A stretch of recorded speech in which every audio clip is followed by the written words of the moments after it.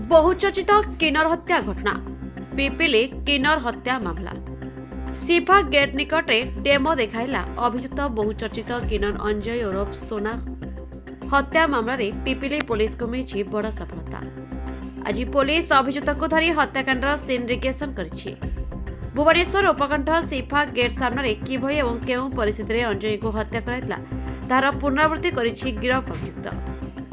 गत फेब्रुआरी 1 तारिख राति जातीय राजपथ कड़े अंजय छिड़ा होता बेले दुई जन दुर्बृत्त तांको छुरी भूसी हत्या करी फेरार हो जाते। पुलिस प्राथमिक तदंत अनुसार अंजय पाखर सुना चेन और टंका छिनताई करने उद्देश्य यह हत्याकांड घटिला। आज पिपिली थाना आईआईसी सौमेन्द्र शेखर त्रिपाठी नेतृत्व में पुलिस टीम अभियुक्त सानिल कांडी को घटनास्थल को नहीं सेठारे थिबा बालीगदा निकटरे अंजय को किभଳି आक्रमण कराइतला ताहा सानिल अभिनय करी देखाइतला।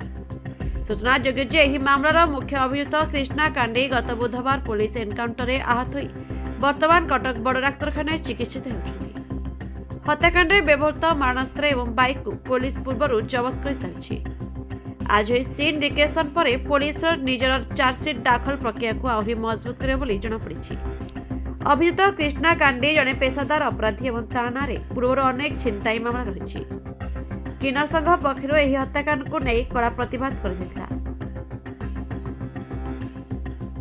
पिपिली कविराज पात्र रिपोर्ट प्रतीक्षा न्यूज।